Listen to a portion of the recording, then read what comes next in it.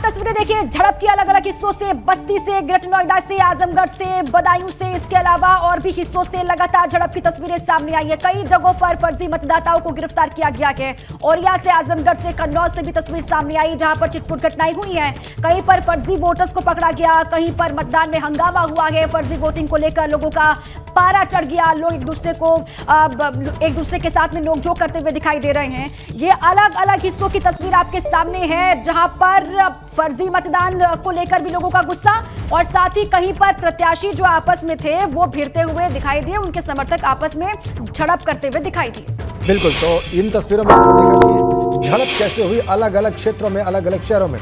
इस वक्त गाजियाबाद में कैसा मतदान चल रहा है और अलीगढ़ में कैसा मतदान चल रहा है, ये बताने के लिए हमारे दो सहयोगी हमारे साथ जुड़े हुए हैं। पहले गाजियाबाद चलेंगे शक्ति के पास और उनसे जानेंगे कि गाजियाबाद में मतदान की ताजा तस्वीर क्या है। शक्ति, देखिए अगर मतदान की बात करें तो गर्मी का समय है, काफ़ी गर्म मौसम हो गया है। वहीं जो मतदान करने वाले हैं वो लगातार आ रहे हैं। आपने वोट डाल दिया? हाँ जी, डाल दिया। वोट डाल दिया? क्या मुद्दे सोच के डाले हैं वोट? विकास के मुद्दे ही डाले हैं। गर्मी बहुत हो गर्मी हो रही है। सही। बिल्कुल। आप ये बताइए वोट डल गया आपका? नहीं डला अभी? डल गया। क्या सोच के डाला? मुद्दे क्या थे दिमाग में? कैसा नेताजी होना चाहिए आपको? बढ़िया होना चाहिए भैया।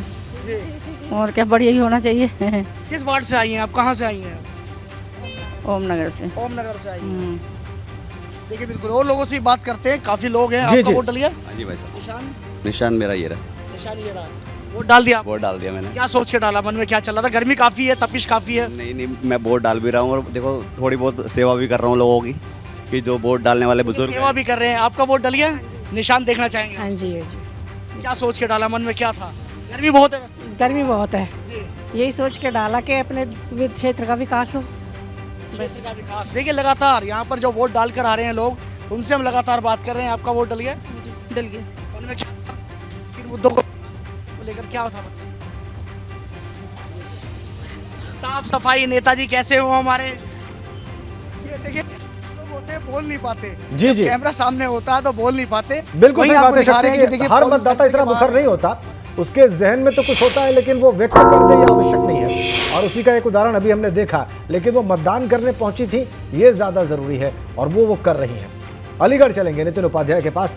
अलीगढ़ में बहुत सारी शिकायतें हमने देखी थी नितिन के, बहुत सारे मतदाताओं का नाम ही नहीं था सूची में, और ऐसी शिकायत करने वाले बहुत सारे लोग थे पिछली दफा जब आप बात कर रहे थे।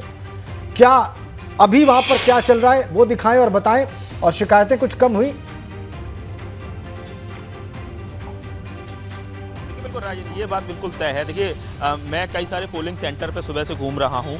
लोग बड़ी संख्या में लोग अपने कॉन्स्टिट्यूशनल राइट का प्रयोग करना चाहते हैं। देखिए इस समय मैं सेंट फेडेलिस जो सीनियर सेकेंडरी स्कूल है वहाँ मैं मौजूद हूँ। आदर्श मतदान केंद्र बनाया गया है, लेकिन अलीगढ़ में ये भी देखने को मिला ओवरऑल एक बड़ा मोटा पिक्चर कि बड़ी संख्या में लोगों के पूरे परिवार के, पूरी कॉलोनी के, गली के लोगों के वोटिंग लिस्ट नाम ही गायब हैं। वो अपने संवैधानिक अधिकार से वंचित हैं और ये कई जगह नाराजगी सुबह से मैं देख पा रहा हूँ। हालांकि कुछ लोग जो आज इस समय जिस मतदान केंद्र पर खड़ा हूँ वहाँ लोग अपना वोट डालकर आए हैं। शहर की सरकार चुनने जा रहे हैं आप लोग।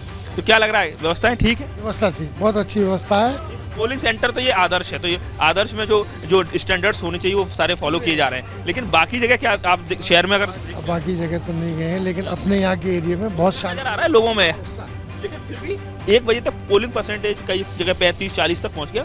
अलीगढ़ में तो 29%। इसका मतलब क्या माना जाए कि लोग अपना घर से तो निकल रहे हैं लेकिन वोटिंग लिस्ट में नाम गायब है। ये वोटिंग लिस्ट में नाम न होने की वजह से निराश होकर आदमी घर चला जा रहा है। इस बार आप बताइए, आप अलीगढ़ के बाशिंदे हैं, क्या मुद्दे हैं इस बार? चर्चा क्या रही? पिछली बार बहुजन समाज पार्टी के यहाँ से मेयर थे, इस बार लगातार ट्रायंगल फाइट बनी हुई है। क्या मुद्दे क्या हैं? अलीगढ़ की जनता क्या मांगती है? एक मेयर अगर चुना जाए तो किन मुद्दों पर काम करें? मेयर चुना जाए तो एक ही मुद्दा है कि मतलब सब जगह की व्यवस्थाएं सही होनी चाहिए, साफ सफाई।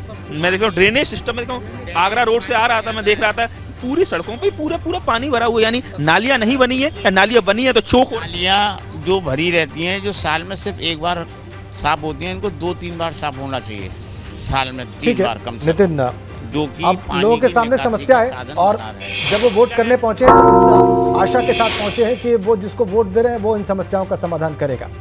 आगे बढ़ते हैं। ऊर्जा राज्य मंत्री डॉक्टर सोमेंद्र ने अपनी पत्नी अंजलि के साथ अंबेडकर इंटर कॉलेज में मतदान किया और कहा कि मेरठ में सरकार बनते ही ट्रिपल स्पीड से विकास होगा, हमारा मुकाबला किसी से नहीं।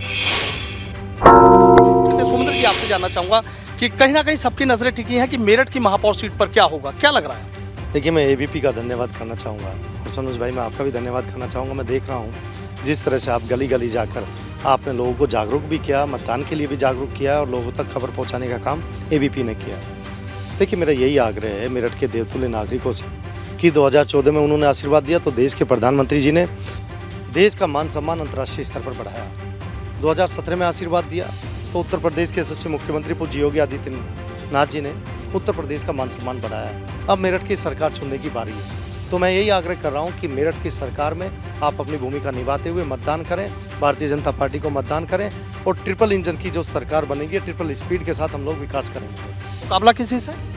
देखिए, भारतीय जनता पार्टी का मुकाबला किसी से नहीं है। भारतीय जनता पार्टी का कार्यकर्ता जिस परिश्रम के साथ लोगों के बीच में रहता है, मैं कह सकता हूं कि मोदी जी, योगी जी, हमारे संगठन के जो अध्यक्ष हैं आदरणीय भूपेंद्र जी, संगठन के बल पे हम लोग 17 की 17 सीट जीतेंगे।